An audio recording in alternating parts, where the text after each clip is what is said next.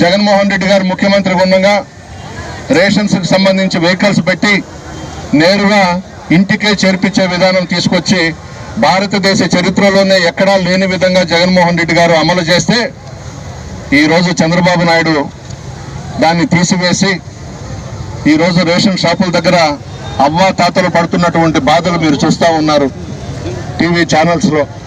నిన్ననే ఒక మహిళ కూడా చనిపోయింది.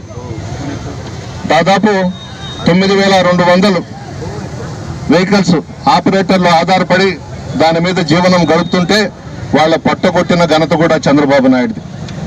ఇవన్నీ ఒక్కసారి చూస్తూ ఉంటే బాధేస్తుంది. వాలంటీర్స్ విషయం తీసుకోండి. నెలకి 10,000 ఇస్తామన్నారు, కంటిన్యూ చేస్తామన్నారు. ఈరోజు వాలంటీర్స్కి కూడా పంగనామాలు పెట్టేశారు. జగన్మోహన్ రెడ్డి గారి ప్రభుత్వంలో వాలంటీర్స్ వ్యవస్థ చాలా బాగా పనిచేసింది. ప్రతి ఇంటికి వెళ్ళి పెన్షన్లు అందజేయడం, చిన్న బిడ్డలైనా కూడా చాలా బాగా కష్టపడి పనిచేశారు.